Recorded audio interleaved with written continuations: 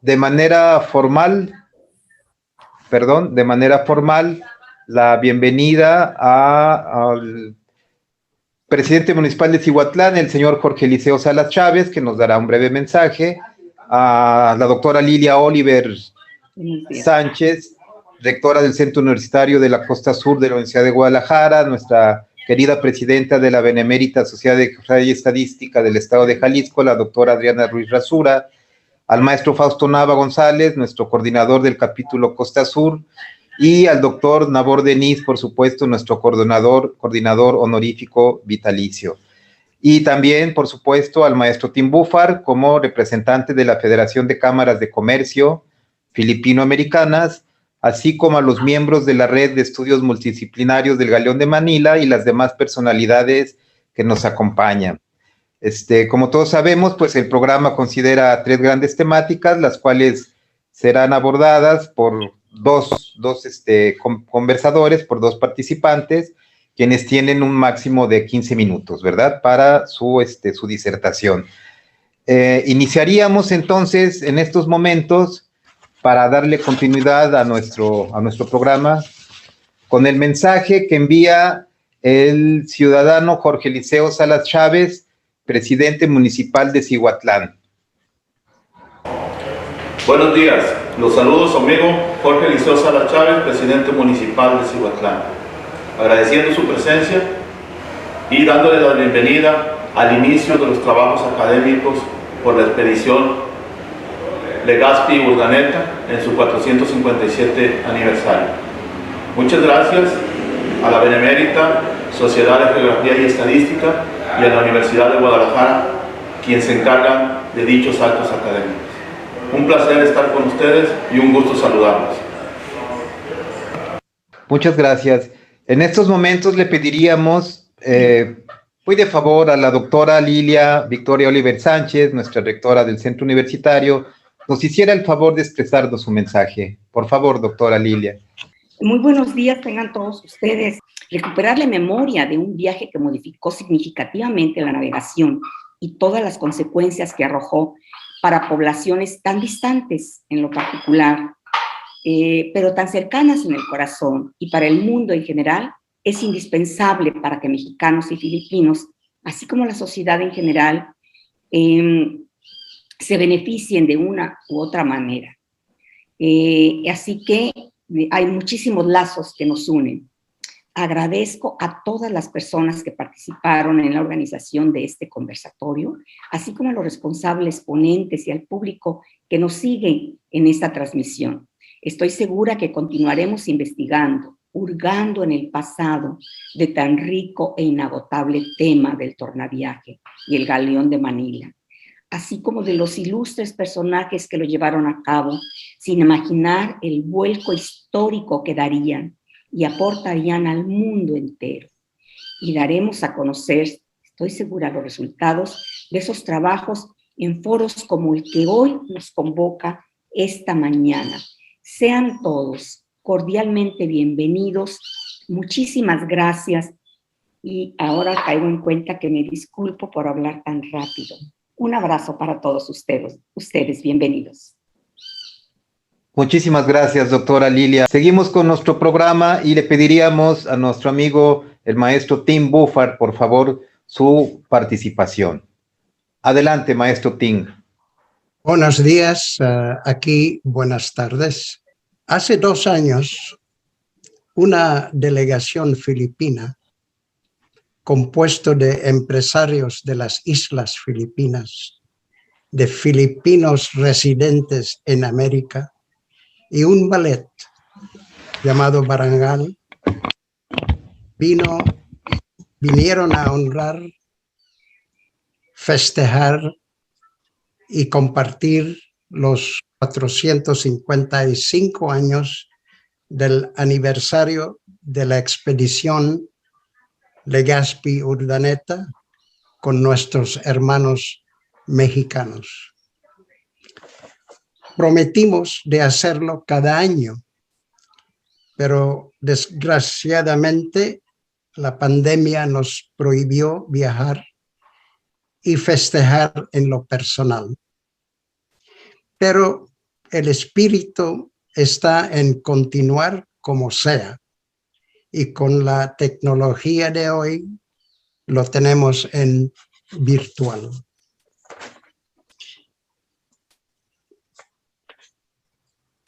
Hubo 3 expediciones muy significativas que cambió el mundo, especialmente en la época siglo XV y XVI. La primera, la expedición de Colón, Cristóbal Colón. La segunda, la expedición de Magallanes. Y la tercera, la expedición de Legazpi Urdaneta. En esta expedición culminó cuando Urdaneta descubrió el tornaviaje a México y completar lo que llamamos la primera globalización.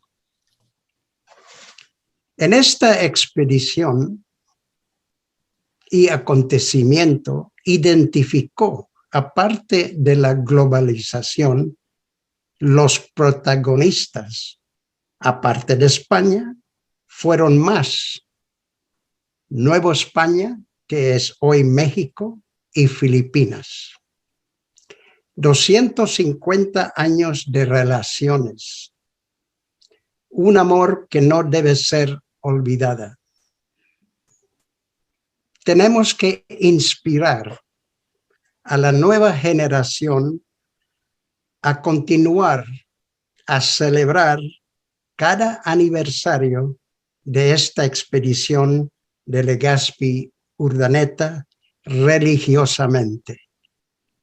Y ojalá que sigamos otros 5 siglos más.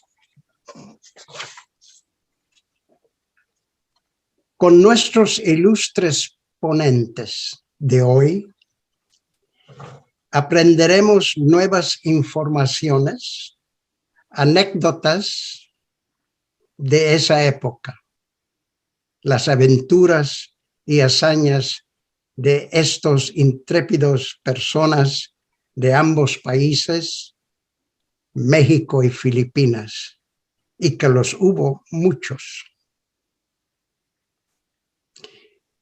Sin estos protagonistas, especialmente como marineros, España hubiera tenido dificultades en mantener el gran imperio que tuvieron. Comento esto, señoras y señores, porque tenemos que contrarrestar la leyenda negra que me preocupa y poner en la mesa de esta ilustre organización de que es nuestro deber aclarar los hechos como son y no hacer lo que llamamos hoy fake news, que se dominó en aquel tiempo la leyenda negra. Como miembro de una cámara de comercio, todo acaba en comerciar. Todo acaba en comercio. Entonces hago 2 reflexiones a ustedes que son: una, Filipinas es y será siempre un hermano de las Españas, es decir, hispano. Es cierto que se ha desviado en su idioma, y esto se puede arreglar con México a través de vuestra ilustre universidad, de empezar el programa de Torna Idioma. Al igual que hizo Urdaneta de su Torna Viaje, haremos Torna Idioma. Podríamos empezar por online, en línea, y quizás con profesores jubilados y retirados, ofrecer a los filipinos y miembros de nuestra federación los cursos. creo que hay muchos jubilados que se interesen. Si tenemos el apoyo de vuestra institución, sería un éxito para México y empezar el reencuentro del hermano del Pacífico. El segundo es a largo plazo. Hay dos ejes o digamos imperios que dominan la economía del mundo. Estados Unidos de América y Cathay, hoy China. Uno decayendo y el otro superando. Según el pronóstico, hay una ventana de hasta 40 años cuando China supere a Estados Unidos de América. Ahora bien, a través de la historia, especialmente del siglo XVI al XVIII, el dominio español fue único en el ámbito económico, naval y tierra. Mi pregunta con esos 40 años, las Españas de habla hispana puede surgir ser otro eje si somos astutos. ¿Cómo lo hizo el Imperio Español? A través de México, con su producción de plata, y Filipinas por la logística para los productos asiáticos. Un éxito rotundo por 2 siglos y medio. ¿Y cómo podemos hacer este ambicioso proyecto resarcir? Los historiadores son los primeros que nos tienen que decir lo que pasó realmente. Ejemplo, ¿cómo superó China su economía? Pues gracias a México, con su plata de Potosí y Guanajuato, hicieron el Real de 8 su moneda internacional de cambios y circulante. De los historiadores ponentes, después de dar la primera chispa, vendrán después las instituciones como la Cámara de Comercio a debatir. Después de la Cámara vendrán los empresarios. Después de los empresarios vendrán los intercambios comerciales internacionales. Y allí el eje hispano puede ser aspirante al juego. México puede encabezar como el pivote y Filipinas como hermano asiático, como el recipiente, y las otras Españas, los productos y servicios. El historiador, que es también el investigador y ponentes, tienen un papel muy importante en este tema. La historia del Galeón de Manila demostró que los hispanos fueron capaces. El historiador es el timón del barco. Los vientos van rumbo donde la historia puede repetir, porque los hispanos la experiencia lo tienen. Lo hicimos por 250 años. Muchas gracias. Muy interesante, muchas gracias. Y bien, para dar continuidad a nuestro programa, pasaríamos al primer tema o la primera mesa denominada Trascendencia de las relaciones México-Filipinas en los ámbitos políticos, socioeconómicos, religiosos y culturales, con el trabajo La expedición de Balmis, el cual será abordado en primera instancia por la doctora Adriana Ruiz Rasura y posteriormente por la maestra Margarita Orozco Ponterín, socia de nuestra Benemérita Sociedad de Geografía y Estadística. Adelante, por favor, doctora. Muchas gracias. Hace tiempo, deambulando por Santo Domingo en Ciudad de México, calle donde se localizan infinidad de librerías de libros usados, encontré un verdadero tesoro. Un libro titulado Los viajes de don Francisco Javier de Balmis, escrito por el doctor Francisco Fernández del Castillo en 1960.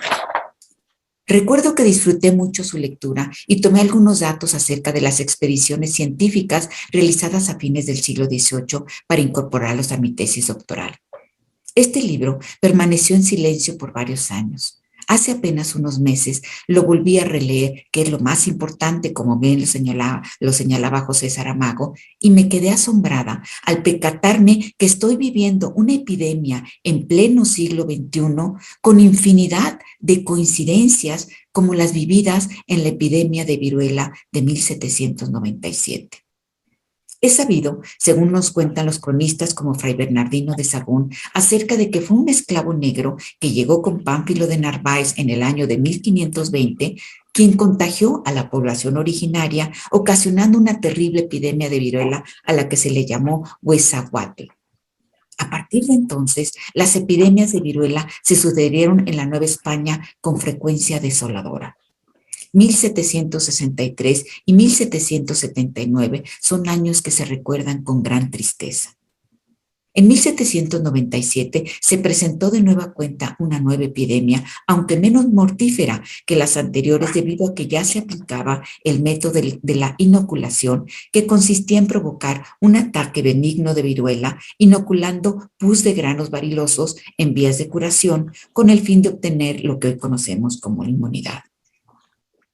Ante la incidencia de la enfermedad, se repartieron panfletos con las instrucciones de Bartelache que contenían medidas preventivas. Además, la Gaceta de México publicó datos estadísticos preconizando el empleo de la variolización, mencionando a personajes famosos y miembros de la nobleza europea que se habían inoculado, como Catalina de Rusia, los reyes de Suecia, el rey Luis XVI y muchos más.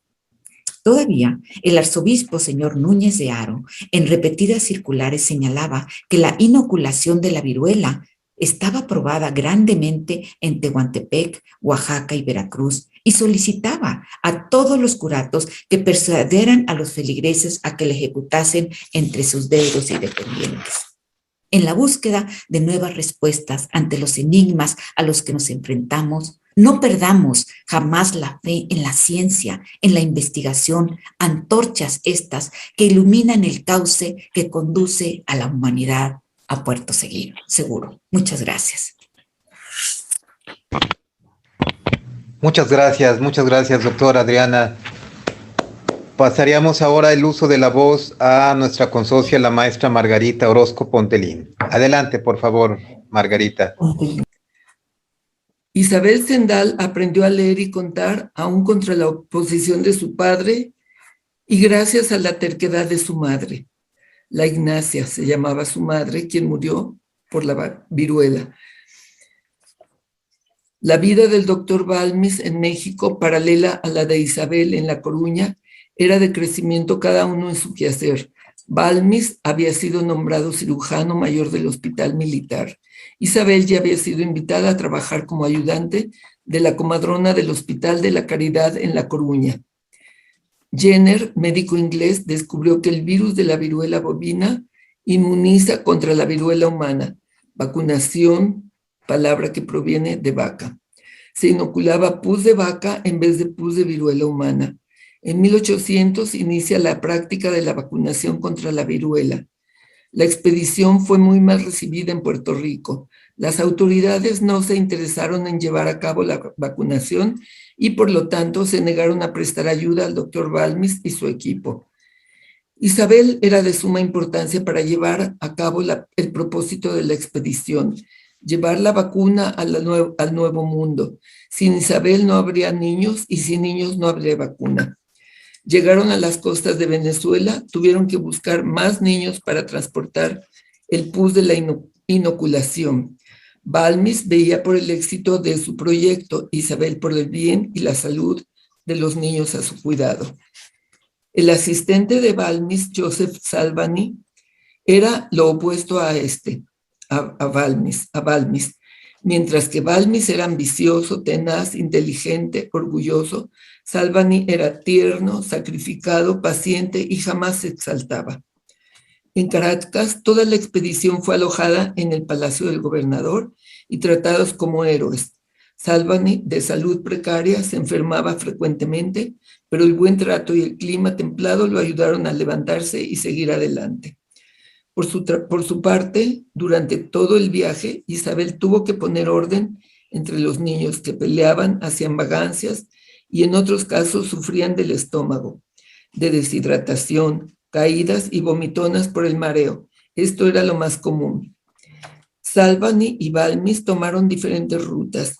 Salvani rumbo a la América del Sur, Balmis rumbo a México, capital del virreinato de la Nueva España, llegando a Veracruz, donde no tuvieron buena acogida. Después a Jalapa, ahí vacunaron a un buen número de personas y siguieron rumbo a la Ciudad de México. Muchas gracias. Muchas gracias. Gracias. Maestra Margarita. Bien, para darle continuidad a nuestro programa, seguiría con el tema 2 denominado la formación de itinerarios culturales. Para ello contamos con la participación del doctor Juan Antonio Siller Camacho, investigador del Instituto Nacional de Antropología e Historia Morelos, con el trabajo El itinerario cultural del Galeón de Manila, el hermanamiento de ciudades de México y Filipinas. Adelante, doctor Siller, por favor.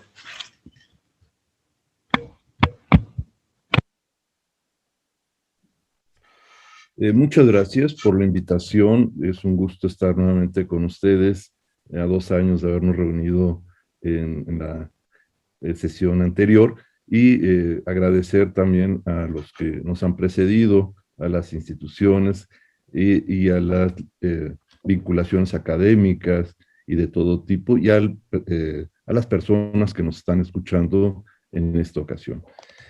Yo voy a hacer una lectura breve y comentarios rápidos al final de un aspecto que puede ser muy importante, es decir, el Galeón de Manila y este itinerario cultural bajo esta categoría que la UNESCO ha considerado y probablemente en muy pocas fechas vaya a incluirse como memoria del mundo los archivos de 3 sitios donde se recoge toda esta historia, que son los archivos de Manila, los archivos históricos de su biblioteca, los de la Biblioteca Nacional de México y los de España. Probablemente en alguna fecha próxima tendremos esa gran noticia por parte de la UNESCO de incluir estos 3 contextos documentales y acervos como memoria del mundo, lo cual va a ser muy importante para todos los que nos dedicamos a la historia y a la investigación. Mi charla va a tener la siguiente referencia: ¿qué ciudades están hermanadas entre México y Filipinas? Y que gracias al excelentísimo embajador Catalino Diglem en 2015, que tuve oportunidad de conocerlo y de trabajar a lo largo de 3 años y prácticamente el propio 2015, haciendo un ciclo de conferencias quincenal a la cual el cuerpo diplomático de la Embajada de Filipinas acudió en el Palacio de Cortés, en Cuernavaca, donde fueron realizadas. Se publicaron 2 libros que tuve la oportunidad de presentar en Guadalajara, en la sede de la Sociedad de Geografía y Estadística de Jalisco, en el que se recogen 20 conferencias que realizamos en 2015, 20 en 2016, y el sismo, ese otro suceso, nos suspendió en el ciclo que estábamos iniciando en 2017. Que una parte importante de esta idea de los hermanamientos que se hicieron entre las autoridades municipales de cada una de las ciudades fueron hechos en términos de colaboración académica, cultural, comercial, turística, y creo que sería importante reactivar y actualizar esos hermanamientos que no han sido vencidos, están vigentes.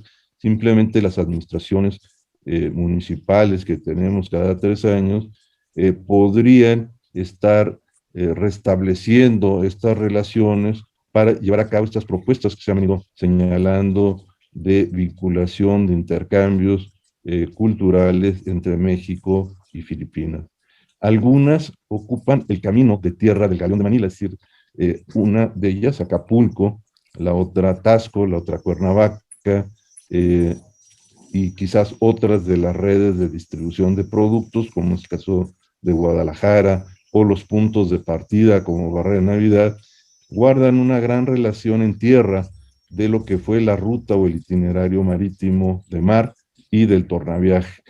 Considero que un aporte que debería hacerse a esta nueva vinculación es la participación de las instituciones, como la Sociedad de Geografía y Estadística, las universidades y los cuerpos académicos, que garantizarían los puentes en estos cambios de administraciones políticas para que pudieran mantenerse programas a largo, mediano y corto plazo y restablecer esa globalización que se dio en el siglo XVI entre la Nueva España y la región de Asia.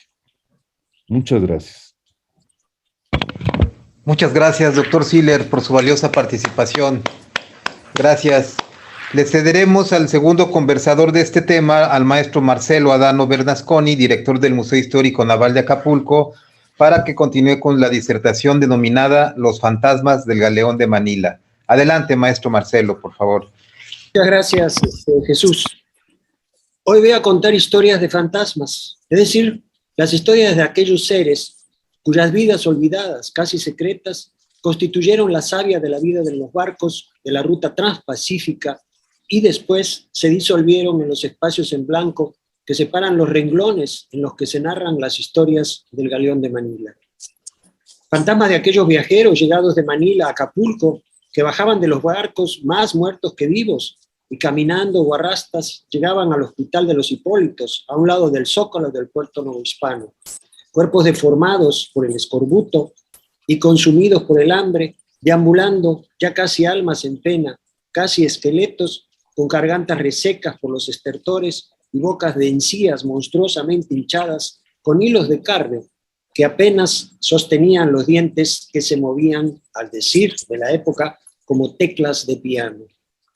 Fantasmas chocarreras, ligeras de ropa, desnudas, diríamos nosotros, que se asomaban, al decir del Tribunal del Santo Oficio, lúbricamente desde el revés de espejos de mano, donde al descorrer una cortinilla en abanico aparecían las imágenes que, pegándose a los tablones de forros y cubiertas de los barcos, resbalaban derramándose sobre el sexo de viajeros y marinos del Galeón de Manila. Fantasmas de esclavos y esclavas asiáticos y africanos, aterrados o rebeldes, feroces como los cafres, protagonistas de cientos de historias como la que sigue. Un día de invierno de 1719 en la ciudad de Los Reyes, puerto de Acapulco, don Andrés Sánchez de Covarrubias, comisario del Santo Oficio, recibió una denuncia cuyo contenido era frecuente en aquellos tiempos. José de la Ascensión, mulato libre y natural de la villa de Colima, manifiesta su exigencia de justicia contra las obras de un presunto esclavo chino o indio de Filipinas, que le aconsejó que para conseguir una mujer le diese a chupar un tabaco con 3 pelos de hombre en él. Lo sorprendente de este caso es que el Santo Oficio no interviene a causa de esta clara práctica de la hechicería, consistente en la preparación de pociones para curar enfermedades, brebajes para desgraciar o matar enemigos o filtros de amor. Lejos de ello, tanto el demandante como el juzgador solo reaccionarán ante el resultado de esta práctica, pues el denunciante se queja enfatizando que lo hizo y le salió falso. Durante los siglos XVI y XVII no era extraño que el Santo Oficio juzgara a esclavos que practicaban la hechicería y la brujería asociadas al fraude en el puerto de Acapulco. Ahora bien, ¿por qué encontramos estos personajes en Acapulco entre los años 1600 y 1800? Pese a las restricciones de la corona sobre la esclavitud, la trata de esclavos en la ruta Acapulco-Manila se inició a solicitud de los conquistadores que argumentaron que los esclavos ya existían en las islas Filipinas. Ante ello, Felipe II quiso saber cómo se originaba la esclavitud en su colonia asiática y así lo demandó a las autoridades insulares. Ejecutando la orden del rey, el gobernador de Filipinas, Miguel López de Legazpi, encomendó al padre agustino Guido de la Besaris documentar la respuesta a la curiosidad real. En el informe inédito hasta la transcripción que hizo Patricio Hidalgo Nuchera en 1997, informe redactado en 1574, titulado Relación como han venido a ser esclavos los naturales de Filipinas, el fraile describe las causas de la esclavitud en las Indias. Imitando a los habitantes originales de las Filipinas en el uso de esclavos y haciendo de ellos su justificación, los españoles pronto los utilizaron para la construcción de navíos para el tráfico comercial con Acapulco. Los emplearon para el acarreo de maderas, hierro, equipamientos y como ayudantes de los maestros carpinteros, calafates, herreros, ebanistas y otros que trabajaban en la construcción naval filipina. Bueno, pues eso es el final. Yo quiero agradecerle la atención de todos ustedes y pues estamos a la orden por cualquier pregunta. Muchas gracias. Muchas gracias, maestro Marcelo. Gracias por esta interesante exposición. Vamos a continuar con nuestro tercer tema, que sería la ruta del Galeón de Manila y los elementos de identidad. Le pediríamos para ello al maestro Fausto Nava González nos exponga su trabajo denominado Fundamentos de Identidad entre las Sociedades México-Filipinas. Adelante, maestro Fausto, por favor. Muchas gracias. Fundamentos de las relaciones humanas, México-Filipinas. Damas y caballeros, vengo ante ustedes a recordar los principios que fundamentan las buenas relaciones humanas, en este caso, entre dos pueblos hermanos, México y Filipinas. Considero muy viable el sostenimiento entre nuestros pueblos, México y Filipinas, de esa sólida y estable relación social que nos une. Y estoy cierto de que esto se debe a todo eso, esos extraordinarios acontecimientos que se han realizado desde antaño. Muchas gracias. Muchas gracias. Muchas gracias, maestro Fausto. Para concluir, tenemos la última intervención de parte del profesor Luis Ernesto Dávila Rodríguez, socio de este capítulo Costa Sur, que nos compartirá el trabajo La vida diaria en la ruta del Galeón de Manila. Adelante, por favor, profesor. En la travesía de Acapulco a Manila se integraba el maestre de la plata, responsable del resguardo de las cuantiosas cantidades destinadas a pagar las mercancías en Manila. También se integraba un alférez, responsable de los soldados destinados a servir en las Marianas y en las Filipinas, así como la vigilancia de los desterrados enviados por orden de la Corona de España o bien del virrey de la Nueva España. La salida del Galeón de Manila se programaba para los últimos días de junio, sin prolongar su partida más allá del 10 de julio, con la intención de aprovechar las corrientes y los vientos que le permitirían completar la travesía náutica en 6 meses. En vísperas de la salida, la nao se acercaba lo más posible a Intramuros. El gobernador y el arzobispo abordaban la nao con la imagen de la Virgen de los Galeones, la Virgen del Rosario, conocida también como la Virgen Galeona, y se bendecía la embarcación. La llegada del galeón de Acapulco a Manila era motivo de algarabía entre miles de personas. En algunos rostros se dibujaba la alegría de recibir a sus seres queridos. En otros se mostraba una mueca de tristeza al recibir la terrible noticia de que su familiar había muerto en la travesía. Pero la mayoría, a pesar de las pérdidas humanas, se consolaba al recibir los pagos en plata pura. La llegada del Galeón de la Plata y su valiosa valiosa carga garantizaba que el comercio continuaría. Las campanas de la iglesia de Manila y de las islas cercanas volvían a repicar, como anunciando a todos los comerciantes que se acercaran a intramuros para canjear sus vales por la valiosa plata de América. Los barrios chinos se llenaban de algarabía con grandes festejos. La economía se desparramaba en las islas Filipinas, China e Indonesia. Después de unas semanas de festejos, los comerciantes se preparaban para hacer acopio de las mercancías de todo Oriente. Se contrataban marineros, soldados y carpinteros de ribera. Se nombraban los nuevos comandantes, se elegían pilotos y se preparaba la nueva embarcación. La incertidumbre invadía a muchos marinos y comerciantes. El terrible viaje era muy peligroso, pero ¿valía la pena intentarlo otra vez? Eran muy jugosas las ganancias que se obtenían participando en esta extraordinaria plataforma marítima comercial. Pero ¿de qué les servirían estas ganancias si terminarían en el fondo del mar? Si alguna enfermedad los dejaría inválidos o muertos, o si eran capturados por piratas y sacrificados o vendidos como esclavos. ¿Valdría la pena correr el alto riesgo? Esta incertidumbre azotaba los corazones de todos los que habían realizado el viaje de ida y vuelta. La vida en el galeón de Manila fue siempre incierta y muy sufrida. Es todo. Muchas gracias, maestro. Pues estamos concluyendo. Antes de dar por finalizado, no sé si alguien quisiera hacer algún comentario final, doctora Lilia, doctora Adriana o Ting. Pues sí, con mucho gusto, maestro Jesús Medina. Pues yo en primer lugar quiero felicitar a nuestros ilustres ponentes, agradecerles. Hemos aprendido mucho esta mañana.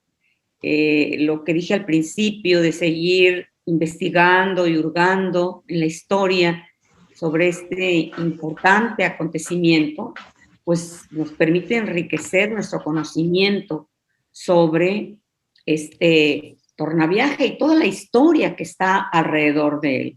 Brillantes sus ponencias a todos ustedes. Muchísimas gracias. ¿Sí? Yo creo que una manera muy importante de seguir hermanando esa relación con Filipinas, pues ya lo han dicho muchos de ustedes, es a través del conocimiento, es a través de conocernos mucho más. Estos dos pueblos que estamos unidos. Muchísimas gracias y que tengan una excelente tarde.